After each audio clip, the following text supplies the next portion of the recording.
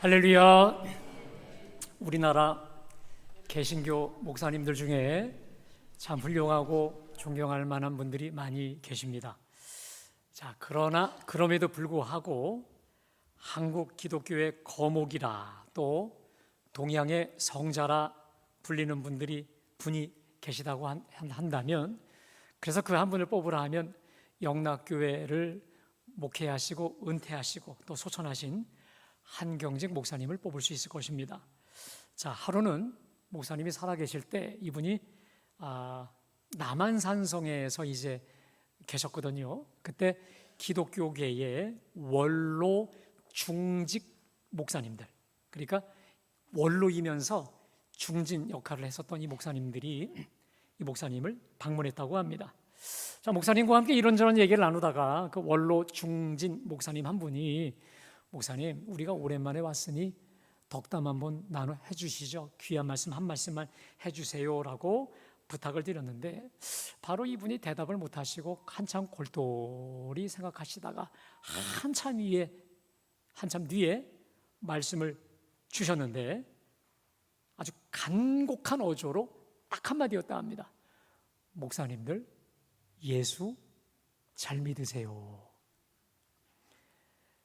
그 순간 이 교계 원로 중진 목사님들이 크게 당황했다. 초신자도 아니고 평신도도 아니고 일반 목회자도 아니고 원로 목사요, 또 중진 원로 목사님들에게 예수 잘 믿으라고 딱 한마디 했으니 얼마나 당황했겠어요. 이 한경직 목사님의 한마디의 말씀이 뜻하는 바가 뭘까?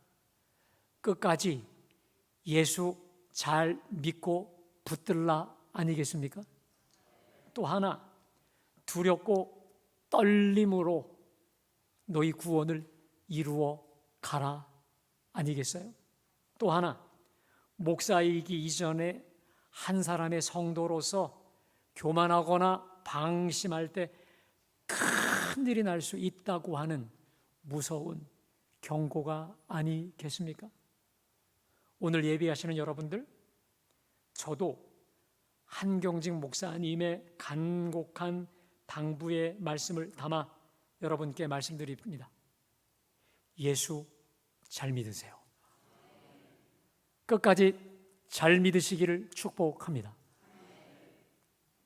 그런 의미에서 오늘 제가 드리는 이 말씀, 아니죠, 우리 하나님이 주시는 이 말씀은 얼마나 소중한지를 모릅니다. 바울은 오늘 이 두 부분의 말씀을 통해서 두 가지를 말씀하고 있습니다. 첫 번째, 왜 우리가 끝까지 예수 잘 믿어야 되는지. 두 번째, 그렇다면 우리가 끝까지 잘 믿을 그 예수는 과연 누구냐 이 말이에요. 아주 본질적인 겁니다. 왜 예수를 잘 믿어야 되는지, 그 다음 또 하나, 그 예수님 도대체 어떤 분이길래 라고 하는 거예요. 오늘 주시는 말씀 속에 귀한 은혜가 있게 되기를 축복합니다. 오늘 봉독한 고린도후서 11장 그리고 12장은 사실 바울이 자기 자신을 자랑하고 있는 본문인데요. 1절에 보니까요, 한번 띄워주실까요? 1절, 원하건대 너희는 나의 좀 어리석은 것을 용납하라. 청하건대 나를 용납하라. 1절에 보니까 아주 바울이 간곡히 부탁을 하고 있어요. 내가 정말 소원하는데 나의 어리석은 것을 용납하라. 청하건대 나를 용납하라. 이게 뭐예요? 내가 지금부터 이제 내 자랑을 좀 하겠다. 자기 자랑을 시작을 할 것인데 이런 어리석은 나를 좀 봐달라는 거예요. 여러분, 사실 사도 바울은 자랑할 게 한두 가지가 아닌 사람이에요. 출신으로나 학벌이로나 또 그가 갖고 있는 모든 이 웅변술이라든지 수사학이라든지 그 당시에 갖출 수 있는 거 모두 다 갖췄거든요. 그래서 자랑할 게 너무도 많은 사람임에도 불구하고 바울은 극도로 자기 자랑을 경계했고 거절했던 사람이에요. 근데 오늘 11장부터 12장까지 걸쳐서 무익하지만 부득불 어리석은 줄 알면서도 자기 자랑을 하겠다라는 거예요. 자, 그리고 실제로 오늘 읽었던 이 말씀 뒤에 11장 5절부터 본격적으로 자기 자랑을 해요. 자기 자랑을 해요. 근데 사실 여러분, 이 자기 자랑의 내용도 보면요, 얼마나 좀 그런가 하면, 자기 자랑하겠다는 게 뭐냐, 예수 그리스도의 사도로서 죽을 뻔했던 거, 고생했던 거, 내가 너희만 생각하면 애타고 속이 끓고 창자가 끊어지는 스프랑크 니조마이, 애가 끓는 교회를 위한 염려하고 있는 거. 또 하나, 제가 지난주 말씀드렸듯이 자기 약한 것을 자랑하는 자랑의 내용도 좀 허접해 보이는 거이긴 하지만 여하튼 간에 자랑을 합니다. 자, 그러면 무익한 줄 알면서도, 어리석은 줄 알면서도 바울이 부득불 자랑했던 그 이유가 무엇일까요? 자, 우리 2절 말씀 다 같이 봉독할까요? 자, 시작. 내가 하나님의 열심으로 너희를 위하여 열심을 내노니 내가 너희를 정결한 처녀로 한 남편인 그리스도께 드리려고 중매함이로다. 그러나 나는, 자, 여러분 여기서 사도 바울이요, 내가 하나님의 열심으로 너희를 위하여 열심을 낸다. 저 여러분, 열심이라는 단어가 이 젤로스라는 단어인데 원래 저 단어는 질투라는 말이에요. 내가 하나님의 그 질투하심으로 너희를 향해 정말 질투하듯 시기하고 사랑하는데, 띄워주세요. 다시 말해, 내가 하는 이 모든 질투와 이 모든 열심의 목적이 있다 이 말이에요. 그것은 내가 너희를 정결한 처녀로 한 남편인 그리스도께 드리려고 중매함이로다 라고 되어 있습니다. 자, 여기서 여러분 따라합시다. 정결한 처녀, 그 다음에 한 남편, 이해죠? 여러분 여기서 고린도 교인들과, 내려주세요, 우리 예수님과의 관계를 어떻게 표현하고 있느냐, 예수님은 신랑이시고 그 다음에 우리는 신부, 정결한 처녀, 신부라고 표현을 하고 있습니다. 사랑하는 여러분, 예수님은 우리의 영원한 신랑 되시는 줄로 믿습니다. 제가요, 우리 아버지 두 양가 우리 아버님들이 다 돌아가셨어요. 저희 친아버지도, 또 우리 장인 어른도 돌아가셨습니다. 제 어머니에게, 또 우리 장모님에게도 장례식 끝나자마자 말씀드렸습니다. 또 우리 본가는 엄마라고 하고 우리 어머니라고 하니까 엄마 혹은 어머니, 이제부터 엄마의 혹은 어머니의 진짜 신랑은 예수님이십니다 하고 제가 말씀을 드렸는데, 정말 감사한 것은 우리 두 분은 정말 예수님을 신랑으로 삼고 살고 있습니다. 근데 여러분, 그분들뿐만 아니라 우리 모두에게 있어서 예수님은 영원한 우리의 신랑 되시는 줄로 믿습니다. 그리고 우리는 신부라고 하는 것이죠. 자, 그러면 바울은 누구냐? 너희를 정결한 처녀로 한 남편 그리스도께 드리려고 하는 중매장이다. 무슨 말입니까? 예수 신랑과 너희 신부를 온전히 하나 되게 만드는 가운데 중매장이다라고 하는 것이거든요. 여러분, 우리가 이 구절을 좀 정확히 알 필요가 있는데, 이것을 좀 알려면요, 우리가 이스라엘의 결혼 풍습을 알아야 됩니다. 우리나라도요, 예전에는 그랬는데 요즘은 좀 덜하죠. 예전에 어땠습니까?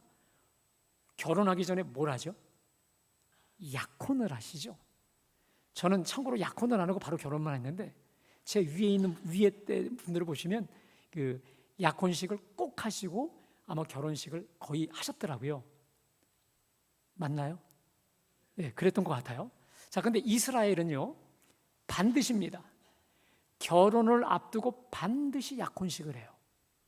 자, 그런데 약혼식을 하고 이 결혼식까지가 정말 진짜인데, 이 기간이 때로 1년도 걸리고 2년도 걸리고 꽤 시간이 걸려질 때가 있습니다. 그러면 이제 약혼이 성사가 됐잖아요. 그러면 그때부터 가장 촉각을 곤두세우는 사람이 누구냐면 신부의 아버지예요. 왜냐?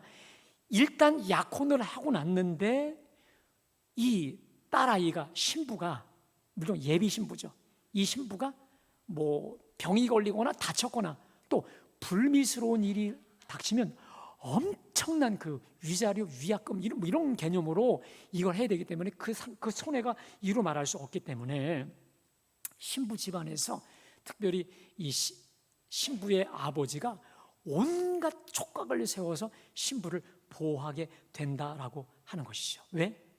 그날의 혼인 예식을 위해서. 여러분, 저는 사실 제가 이 말씀을 새벽에 묵상을 하다가 큰 은혜를 받아서 금요심회 때도 말씀드린 적이 있었는데 우리 주일에는 제가 처음 말씀드리는 것 같거든요. 여러분, 오늘 바울이 왜 이 비유로서 우리와 주님과의 관계를 말씀하시고 있는가요? 여러분, 오늘 이 시간 예배 드리는 여러분들은 우리 예수님과 약혼한 겁니까? 혼인한 겁니까? 약혼식을 치른 거예요. 그러면 결혼식은 아직 아닙니다.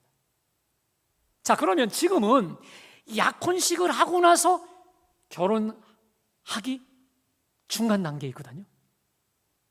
우리의 영원한 진정한 혼인, 영원한 황홀한 혼인 잔치는 우리 예수님께서 천사장의 나팔소리와 함께 구름 타고 이 땅에 내려오셔서 우리를 저 하나님 나라로 데리고 가셔서 저기서 구름 위에 올려져서 우리 예수님과 함께 어린 양의 영원한 혼인잔치 할 때까지, 그때가 진짜 혼인잔치인 줄로 믿습니다. 그때가 진짜 결혼식인 거예요. 그렇다면 여러분, 지금 이 약혼식을 치른 이때는 얼마든지 이것이 어떻게 되죠? 무효가 될 수도 있는 거예요. 마치 약혼을 했지만 약혼이 얼마든지 깨질 수 있는 것처럼 우리가 지금 예수님을 믿고 정말 주님의 사람으로 하나님의 자녀로 거듭났다고 하지만 여러분, 이게 얼마나 무서운 건지 몰라요. 얼마든지 파선, 파약이 될 수도 있는 것이라는 것입니다. 자, 그런 의미에 그래서 사도 바울이 뭐라고 합니까? 빌립보서 2장 12절에 그러므로 나의 사랑하는 자들아, 너희가 나 있을 때뿐 아니라 지금 나 없을 때에도 항상 복종하여 두렵고 떨림으로, 따라합시다. 항상 복종하여 두렵고 떨림으로 너희 구원을 이루라. 여러분, 한경직 목사님이 얘기하셨던 게 바로 이겁니다. 지금 목사라고, 지금 모든 사명 다 마쳤다고, 지금 됐다고 안심하지 말고 언제까지 가야? 우리 예수님이 재림해서 오시는 그 혼인잔치에까지 참여해서 내가 거룩한 신부로 단장이 될 때까지, 이때까지는 아직 아니라는 거예요. 여러분, 제가 간혹 우리 교우 가정에 신방을 하다 보면 남편이 교회를 안 나와요. 근데 이런 얘기예요. 우리 남편이요, 저보다 성경을 더 많이 알아요. 청년 회장이었어요. 근데 지금은 전혀 나오지 않고 신앙생활 안 해요. 여러분, 파선입니다. 지옥불에 떨어지는 것입니다. 추락하는 것입니다. 여러분, 우리는 저 하나님 나라 항구를 위해 가는 배와도 같습니다. 타이타닉이라고 하는 그 엄청난 배가 왜 가다가 파손했습니까? 교만했거든요. 어떤 빙산이 우리를 침몰시킬 수 있느냐라고 교만해서 가다가 파손했듯이, 여러분, 우리는 지금 예수님과 약혼은 했지만 아직 천국 항구에 이르지 못하기 때문에 아직도 항해 중인 배와도 같아요. 언제 어떻게 파손 추락할지 모르기 때문에 여러분, 두렵고 떨림으로 우리 구원을 이루어 가야 될 줄로 믿습니다. 아직까지는 우리가 승리한 게 아니에요. 아직까지는 된 게 아닌데 많은 분들이 이렇게 생각해요. 한 번 구원은 영원한 구원이라고 착각을 하고 느슨하게 긴장을 풀어버리고 살아가는 모습들은 여러분, 그게 바로 교만이 아니겠습니까? 두렵고 떨림으로 구원을 이루어 가시기를 주님의 이름으로 축복합니다. 자, 여러분, 아니나 다를까요? 자, 3절 말씀 띄워주실까요? 3절 말씀 다 같이 있습니다. 시작.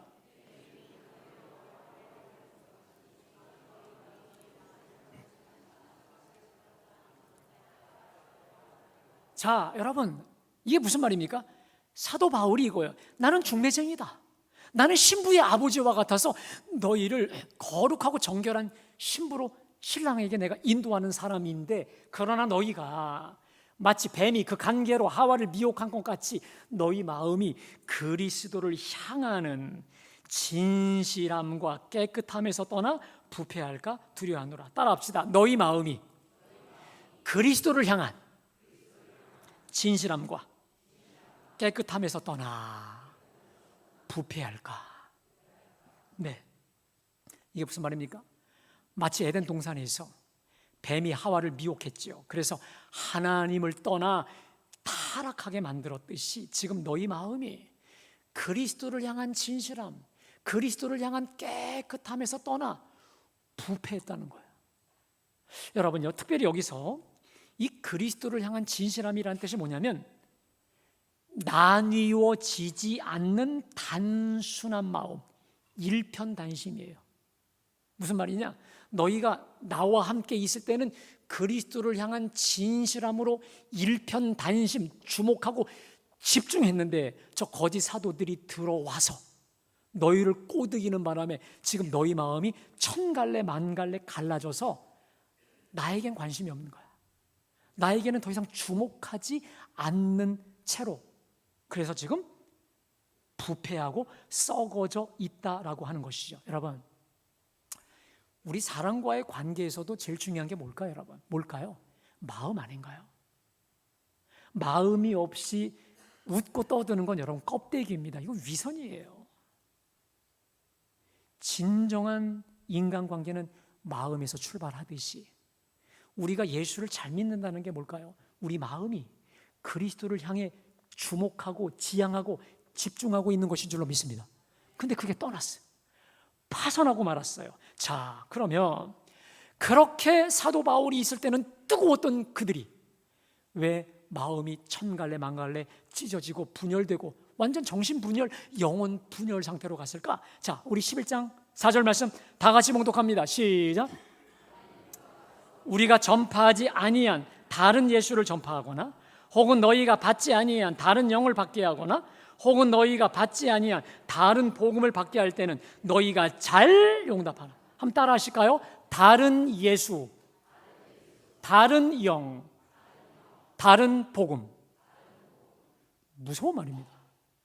사도 바울이 있을 때는 바른 예수, 바른 성령, 바른 복음으로 충만하니까, 온전히 제자리에 있으니까 그리스도를 향한 그 뜨거움과 진실함에서 조금도 벗어나지 않았어요. 제대로 올곧게 가고 있었어요. 그로 인해 충만함과 기쁨과 감사와 열매가 넘쳤는데 지금 파손해버린 거예요.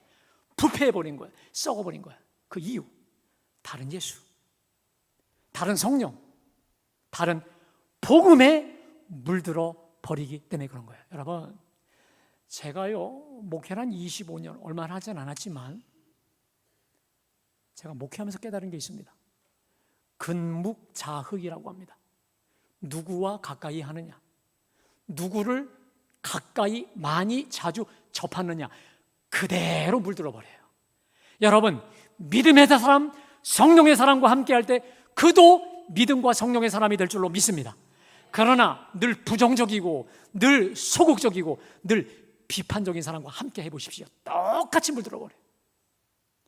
믿음의 사람이 먼저 되시기를 바라고 믿음의 교제가 가득하시기를 주님의 이름으로 축복합니다. 자, 사도 바울이 떠나간 뒤에 몰래 들어온 저 거짓 사도들로 인해서 이렇게 물들어 버리고 오염이 됐는데, 그러면 여러분, 저 거짓 사도들의 정체가 누굴까? 저들은요, 이 갈라디아서에 나오는 거짓 사도들과 똑같습니다. 자, 제가 이제 새벽에 갈라디아서를 이제 좀 이따 묵상하게 될 것인데, 자, 이 갈라디아서에 나오는 이 거짓 사도들은요, 똑같이 복음을 전하는 선교사라고 하면서도 그들은 어떤 사람들이냐? 이렇게 학자들은 이렇게 추정합니다. 유대 출신의 그리스도인들. 자, 그래서 이 고린도서에도 나오는 이 바울의 대적자, 이들은 어떤 사람들이냐면 예수님의 십자가보다 구약의 율법, 절기, 예식 준수를 더 중요시합니다. 자, 그들은 예수님의 십자가보다 그리스도가 십자가 지시기 전에 기사와 표적과 이사와 이적, 온갖 능력 행했던 것을 더 중요시 여겨서 능력의 예수, 기적을 베푸시는 예수, 그리고 그들은 그리스도의 십자가 고난보다 승리하신 그리스도, 영광의 그리스도를 더욱 강조한다는 거죠. 여러분 생각해 보세요. 유대인들은 지금도 율법을 지켜야 구원받고 유월절 지켜야 되고 각종 예식을 지켜야 된다. 다 행위 이게 많아요. 그리고 예수님도 십자가에 달리신 예수가 아니라 능력 베푸시는, 기적을 베푸시는, 표적 베푸시는 그 예수거든요. 그럼 여러분, 이 바울의 대적자들 몰래 들어와서 다른 예수, 그렇죠? 다른 복음, 다른 성령을 전했던 여러분, 그들의 특징이 뭘까요? 이 사람들의 삶의 특징은 처음부터 끝까지 자기 자랑입니다. 자기 의, 자기 칭찬, 자기 영광이었습니다. 예를 들까요? 우리에게는 문서 추천장이 있었는데 바울에게는 없어. 우리에게는 신령한 주님의 계시와 환상이 있는데 바울은 없어. 우리는 말도 잘하고 외모도 출중한데 바울은 외모도 말도 시원찮아. 그러니까요, 그들에게는 오직 자기 자랑, 자기 칭찬, 자기 의로만 가득 찼다는 겁니다. 자, 여러분, 이 사실을 바로 전단락 고린도후서 10장 12절에서 이렇게 선포합니다. 자, 우리 다 같이 읽어볼까요? 시작.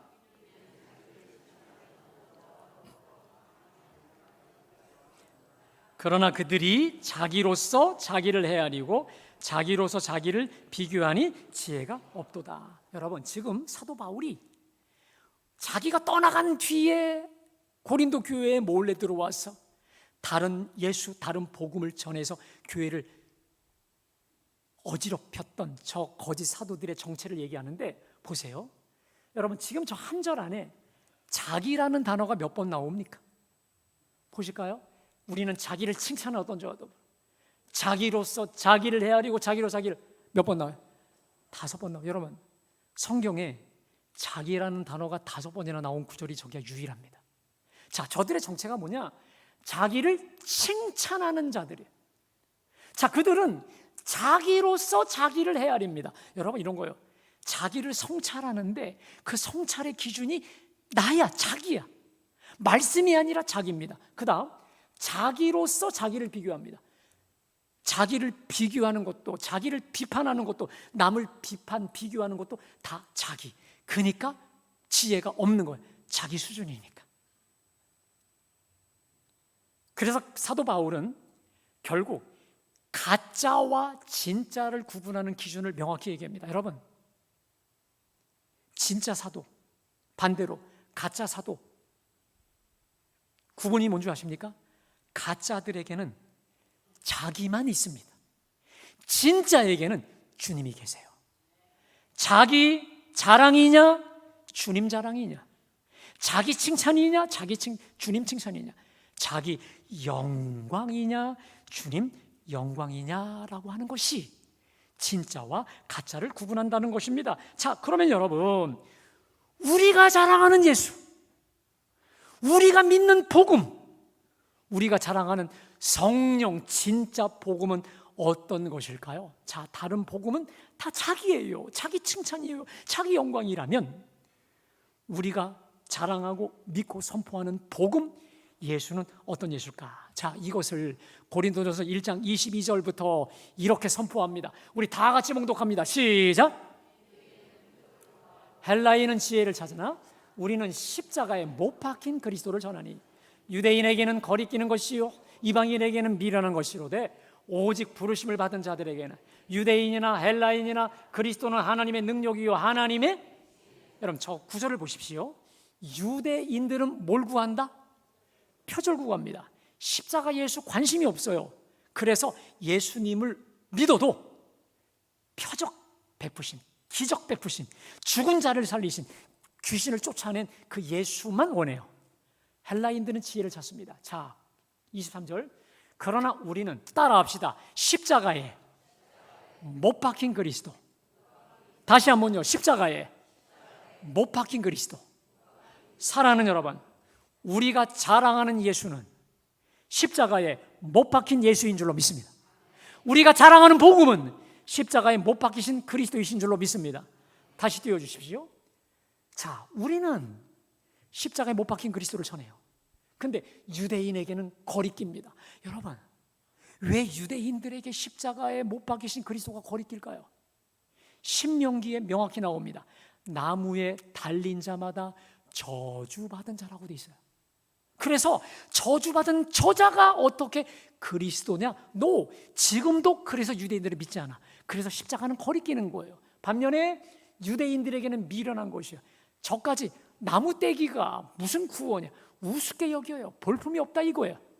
자, 그러나 우리 24절 다 같이 봉독합니다. 시작.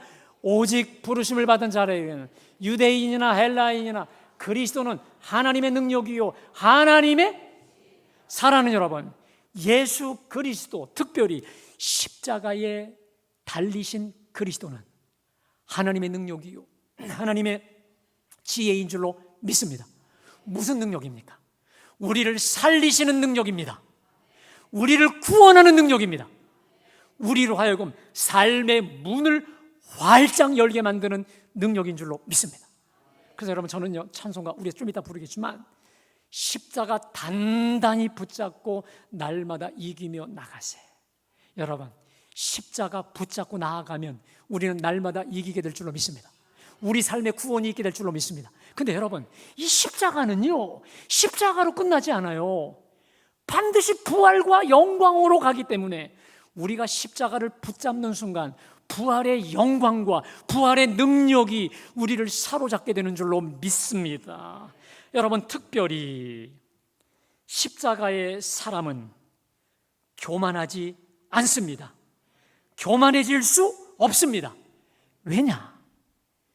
겸손의 모델이신 예수, 십자가 지신 그 예수님을 닮아가기 때문에 그렇습니다. 자, 그래서 빌립보서 2장 5절에 이렇게 말씀하십니다. 너희 안에 이 마음을 품어라. 곧 그리스도 예수의 마음이니 라고 말씀하시면서, 그러면 그리스도가 어떤 마음을 품으셨는지를 말하고 있는데, 자, 우리 빌립보 2장 6절부터 한번 띄워주실까요? 다 같이 봉독합니다. 시작.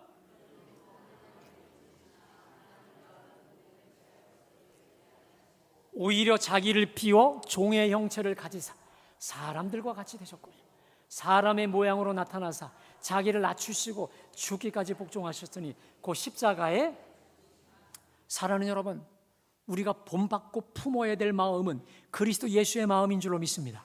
근데 그분은 어떤 분이냐? 여러분, 우리 예수님은 성부, 성자, 성령 살아계신 하나님이신 줄로 믿습니다. 그분은 본체 하나님이세요. 그런데 하나님과 동등됨을 취할 것으로 여기지 아니하시고, 따라합시다. 오히려 자기를 비워. 저는요, 저 구절을 읽을 때마다 그렇게 은혜가 돼요. 오히려 자기를 비웠다는 말은 뭐예요? 자기를 비우지 않을 수도 있었다. 내가 하나님의 그 영광의 보좌의 끝까지 그냥 계실 수도 있었어요. 그러나 오히려 자기를 비워요. 다른 말로 자기를 내려놓아요. 자기를 다른 말로 낮춰요. 자기를 죽여요. 그래서 종의 형체를 가져 사람들과 같이 되셨어요. 여러분, 창조주 하나님이 사람같이 된 거 엄청난 자기 비움인 줄로 믿습니다. 근데 그뿐만이 아니에요. 어디까지 비우셨느냐? 사람의 모양으로 나타나사 자기를 낮추시고 죽기까지 복종하셨으니 그 십자가에 죽으심이라. 여러분, 우리 예수님의 자기 낮춤, 자기 비움, 자기 겸손의 경지는 십자가에 달릴 정도의 겸손이요, 자기 비움이요, 자기 낮춤의 경지로 가신 줄로 믿습니다. 여러분, 그런 의미에서 십자가는 우리 구원의 십자가지만, 능력의 십자가지만, 십자가를 붙잡는 사람은 예수 그리스도의 그 겸손함과 같이 오히려 자기를 비우는 거예요. 오히려 자기를 죽여요. 오히려 자기를 쳐서 복종시켜서 온전히 하나님 뜻에 온전히 복종시킬 정도로 끝까지 겸손한 자 아니 있겠습니까? 할렐루야. 진정한 복음의 사람, 진정한 예수의 사람은 얼마든지 높아질 수 있음에도 불구하고 오히려 자기를 비우는 가장 겸손의 사람인 줄로 믿습니다. 여러분, 제가요 사실 오늘 설교를 준비하게 된 이유가 있습니다. 요즘은요 유튜브의 홍수 시대거든요. 그래서 유튜브만 틀면 정말 모든 전 세계 목사님들의 설교를 들을 수 있을 정도로 온갖 설교 모든 콘텐츠들이 들어 있습니다. 이단 신천지 혹은 하나님의 교회 이단들은 말할 것도 없고 복음을 빙자한 설교들도 방영이 되고 있습니다. 그래서 요즘은 목사님들이 모이면 이런 얘기합니다. 우리 교인들의 실제적인 담임 목사는 교회 지역 교회를 담임하는 목사가 아니라 유튜브 목사들이 진짜 담임 목사 같아. 이렇게 한숨을 쉴 때가 있거든요. 그만큼 심취한다는 얘기인데 여러분 유튜브를 통해서 많은 유익을 누리는 거 귀합니다. 아멘? 제가 듣지 말라는 얘기가 아니라 듣는데 분별이 필요합니다. 제가 오늘 여러분들께 진짜 쉽게 목회자, 가짜 목회자를 제가 여러분에게 구분하는 방법을 알려드리겠습니다. 가짜는 주로 자기 자랑, 자기 영광, 자기 유튜브 늘리는 일에 골몰합니다. 그래서 수많은 수십만, 수백만 그걸 자랑하게 돼 있어요. 유튜브를 통해서 자기 영광과 자기 이름과 자기가 속해 있는 곳이 드러날지언정 따라합시다. 십자가에 못 박힌 그리스도. 십자가에 못 박힌 그리스도가 나타나지 않고 오히려 자기를 비우고 자기를 부인하며 낮추는 겸손함이 없다면 여러분 가짜이기 쉽습니다. 여러분 아실 겁니다. 얼마 전에 거대한 유튜브를 운영했던 제가 실명도 거론하겠습니다. 이 데이비드 차라고 하는 선교사가 있습니다. 선교사 같기도 하고 목사이기도 한 사람인데 이분이 이 유튜버를 거의 수백만 정도를 운영할 정도로 엄청나게 했습니다. 한번 제가 들은 적이 있었는데 이 얘기를 하더라고요. 약 10년 전만 해도 우리가 모이기 전만 해도 10년 동안 모을 금액을 자기가 5분만 딱 얘기하면 몇십억이 바로 모아질 수 있을 정도로 거대한 우리 유튜버가 됐다라고 얘기한 걸 제가 들었는데 여러분 이분이 어마어마한 돈을 번 것 같아요. 그런데 그 막대한 수익으로 부동산 투자, 주식 투자, 온갖 음란한 호화 생활을 했다가 그게 적발이 돼요. 그리고는 공개적으로 회개 사과를 한 2시간 하는 걸 제가 보았어요. 자기의 성장 과정부터 이런 거 다 보게 되었거든요. 제가 생각했습니다. 그 수십만, 그 사람을 추종했던 그 수십만, 그 수백만 어떻게 할까? 이 사람은 그냥 내리면 그만이야. 아니면 그만인데 여러분 그 사람에 의해서 세뇌된 사람 어떻게 하실래요? 여러분들 100주년 기념교회를 담임하다가 은퇴하신 이재철 목사님이라는 분이 청년아 울더라도 씨를 뿌려야 된다라는 책에서 조심해야 될 사람을 2가지로 얘기합니다. 첫 번째, 어떤 사람을 조심해야 되느냐?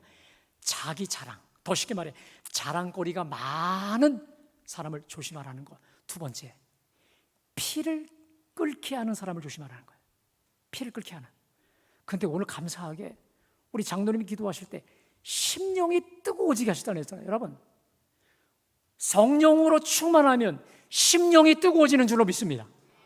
심령이 뜨겁다는 것과 피가 끓는 것은 전혀 달라요. 여러분 우리가 성령으로 충만해서 심령이 뜨거워지면 우리 뇌가 가장 이성적이 됩니다. 아멘? 가장 총명해져요. 가장 지혜로워져요. 그런데 피 끓는 연설, 피 끓는 설교를 듣죠. 그러면 그 피가 머리로 와요. 그래서 그냥 선동하고 선전하고 폭력을 난무하는 겁니다. 자, 이 목사님이요 옛날에 외국인 회사를 다닐 때 그 옛날 독일 나치에서 참전했던 용사를 만났대요. 근데 이 사람이 하는 말입니다. 들어보세요. 히틀러에 대해서 다 부정적인 생각을 많이 갖고 있다가 히틀러가 나타나서 연설을 하면 어떤 부정적인 사람도 피가 끓어서 바로 전쟁터에 나가서 다 총칼을 갖고 싸우다가 다 죽게 만들어요. 얼마든지 전쟁터에 쉽게 나오게 하는 자가 바로 히틀러였다는 거예요. 왜 그럴까? 피를 끓게 하니까. 사랑하는 여러분, 심령이 성령으로 뜨거워지시기를 축복합니다. 피 끓게 만드는 여러분, 그 선동하는 거 대단히 위험합니다. 그 중심에는 자기 자랑으로 가득 차 있지 않습니까? 어디 십자가에 달린 그리스도가 있어요? 어디 오히려 자기를 비우는 그 겸손함, 그 겸손함의 극치가 있느냐라고 하는 것입니다. 예? 여러분 정말 조심해야 돼요. 이번에 지난주에 우리 제자훈련을 다 마쳤죠. 우리 제자훈련생들과 함께 같이 식사도 하고 또 차도 같이 나누면서 들어보세요. 공통적인 얘기들이 뭔지 아십니까? 13주간의 제자훈련을 통해서 우리가 엄청나게 변화를 받았어요. 자, 그런데 그분들의 공통적인 특징이 뭐냐? 우리 변화는 간단합니다. 교회 오라고 하는 날 다 오고, 주일 예배 다 오고, 수요일 날 오고, 금요 심야 오고, 새벽 예배 온라인으로라도 드리고, 교회에서 하는 맘투맘 어머니 기도회, 또 제자 훈련 하라는 거 다 하고, 플러스 경건 훈련 하라니까 하고, 그러니까 변화되어져 있던데요. 아멘. 제가 지난번에 우리 청년 수련회 가는 도중에 우리 두 장로님들과 함께 제가 차를 타고 가다가 깜짝 놀란 게 있어요. 우리가 2021년도부터 경건훈련, 하는 양식, 성경 통독, 또 정식기도, 감사노트 쓰기를 했거든요. 그 두 분의 장로님은 제가 실명을 밝히지 않겠지만 그때부터 지금까지 한 번도 빠지지 않고 감사노트를 쓰세요. 별로 안 놀라시죠? 제가 그렇게 못하고 있는데 저보다 더 탁월하게. 변하는 거예요. 루틴이 되고 습관이 되니까 변하는 거 아니겠습니까? 여러분, 오늘 예배하는 제가 여러분에게 간곡히 부탁드립니다. 우리는 저 천국 한국까지, 다시 말해 예수 그리스도 신랑과 함께 만나는 그날까지 우리는 안전할 수가 없습니다. 그때까지 승리해야 되지 않겠습니까? 아멘. 그렇다고 한다면 여러분, 어떻게 주일 한 번 드리는 예배로 온전할 수 있을까? 저요, 주일 한 번 드리는 예배로 파선합니다. 절대 안 돼요. 여러분, 수요일 날 혹 금요 심야 혹은 여러분들이 새벽 예배를 현장에서 못 오시면 온라인으로 다 펼쳐놨습니다. 여러분, 특별히 이번 신앙 성장반은요 동원하지 않을 것입니다. 그냥 광고만 하고 마칠 겁니다. 그리고 여러분, 제가 온라인으로 열려고 생각했습니다. 온라인 열지 않겠어요. 이번 주 기도하면서 하나님이 주신 영감이에요. 정말 신앙의 기본, 신앙의 기초, 그 다음 집을 견고하게 세우고자 하는 사람만 받는다. 현장에서 하나님이 주신 감동이었습니다. 그리고 그 자리에서 제가 이 설교문을 작성하게 되었습니다. 사랑하는 여러분, 파선하지 말아야 되겠습니다. 예수 끝까지 잘 믿으시기를 주님의 이름으로 축복합니다. 그 길은 십자가 단단히 붙잡고 오늘 우리 성가대 찬양대로 십자가 그 길로, 그 축복의 길, 영광의 길로 갈 때에만 비로소 보장될 줄로 믿습니다. 끝까지 주님과 함께 어린 양 혼인잔치의 기쁨으로 승리하는 우리 모두 되시길 주님의 이름으로 축복합니다.